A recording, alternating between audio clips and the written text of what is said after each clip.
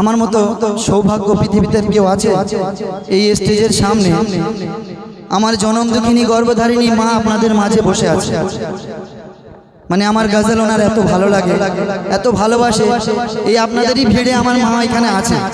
তো বলছে শোনো, এই নামের ভিতরে আছে স্বর্গের সুখ, ওরে এই নামের ভিতরে আছে স্বর্গের সুখ। সব যাতনা তোর হয়ে যায় দেখলে মায়ের মুখ রে, সব যাতনা তোর হয়ে যায় দেখলে মায়ের মুখ। গর্ব করোনা কেন? প্রাণ পাখি উড়ে গেলে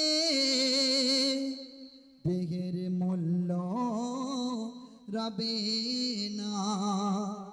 মাটির দেহ মাটি হবে, মাটির দেহ মাটি হবে, আর পোকায় খাবে দেহ খানা। মাটির মানব হয়ে গর্ব করোনা। প্রাণ পাখি উড়ে গেলে দেহের মূল্য রবে না। মাটির দেহ মাটি হবে, মাটির দেহ মাটি হবে, পোকায় খাবে দেহ খানা। মাটির মানব হয়ে গর্ব করোনা।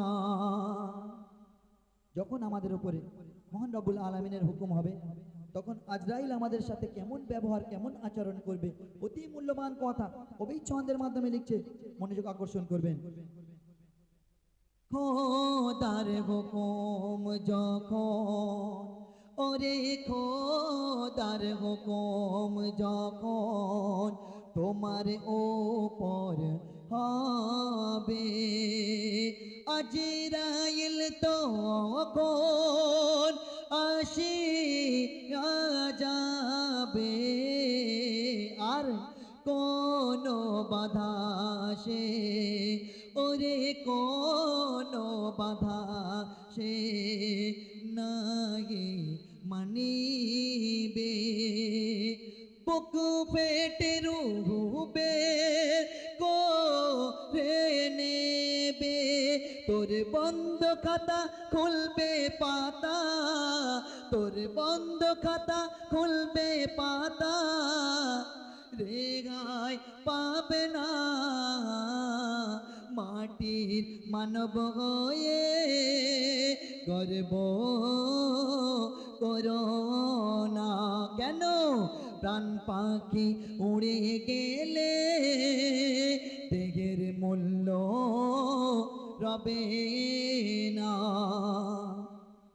অতি মূল্যবান কথা আকর্ষণ করবেন। আজকে যখন আমাদের চিরতরের জন্য দুনিয়া ত্যাগ করতে হবে, পৃথিবী ত্যাগ করতে হবে, আজকে আমাদের সঙ্গে কি কালারের পোশাক যাবে একটু বলবো কি? বাচ্চারা একটু বলি, কি কালারের পোশাক যাবে? মাশাআল্লাহ, আমি শুরুতেই ওই বাচ্চাটার দিকে লক্ষ্য রাখছিলাম, মানে অনেক কিছু আমি দেখছি আমার সাথে সাথে বলছে, তাল মিলিয়ে লিপসিংটা সব থেকে বড় জিনিস। তো আমাদের সঙ্গে এই লাল নীল হলুদ সবুজ এই পোশাক যাবে না, যাবে কি সাদা। তো বলছে, সাদা কাপন তোমার, ওরে সাদা কাপন তোমার গায়ে জড়াবে, আতর সুরমা চোখে কানে লাগাবে, আর আত্মীয় স্বজন, ওরে আত্মীয় স্বজন অজরে কাঁদিবে, কান শুনতে চোখে দেখিতে চাহিবে, কথা বলার চেষ্টা করিবে, যখন আমরা চিরতরের জন্য নিঃশ্বাস ত্যাগ করব তখন আমাদের আত্মীয় স্বজনরা আসবে, কাঁদবে, কিন্তু আমার সাথে কেউ যাবে কি? কথা বলার চেষ্টা করিবে আর বলতে পারবে না, মাটির মানব হয়ে গর্ব করো না। কেন? প্রাণ পাখি উড়ে গেলে দেহের মূল্য রবে না। মাটির দেহ মাটি গবে, মাটির দেহ মাটি গবে, আর পোকায় খাবে দেহ খানা। মাটির মানব হয়ে গর্ব করো না। শেষ কথা, অতি মূল্যবান কথা কবি ছন্দের মাধ্যমে লিখছে, বলছে শুনবেন। রিপিটটা হালকা দাও, রিপিটটা। Hello check, hello, hello check, sound একটু প্রেশার দাও। Hello check, hello. মিনহা খলাক না কো, ওরে মিনহা খলাক না কো, সকলে পড়িবে।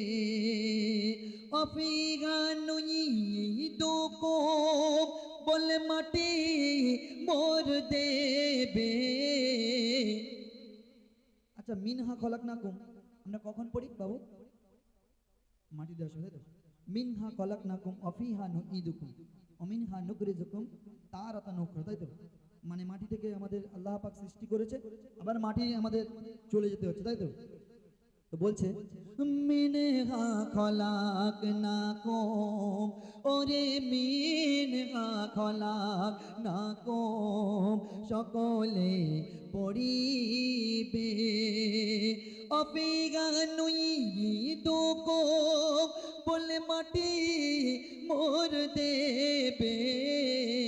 আর মাটি দিয়ে সবাই, ওরে মাটি দিয়ে সবাই দোয়া তোমার দেবে। ও গো মাটি দিয়ে সবাই দোয়া তোমার দেবে। তোমার শান্তি কামনা করিবে, কবিতায়ের শোন কবর কারো ছাড়বে না। মাটির মানব হয়ে গর্ব করো না। কেন?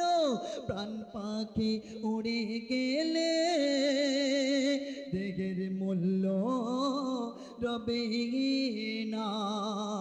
মাটির দেহ মাটি গবে, আজকে এই মাটির দেহ মাটি হয়ে যাবে, এত কিসের অহংকার গর্ব আমরা করছি? যদি নিঃশ্বাস চলে যায় সব কিছু শেষ হয়ে যাবে। মাটির দেহ মাটি গবে, মাটির দেহ মাটি গবে, আর পোকাই খাবে এই দেহ খানা। মাটি মানব হয়ে গর্ব করো না। কেন?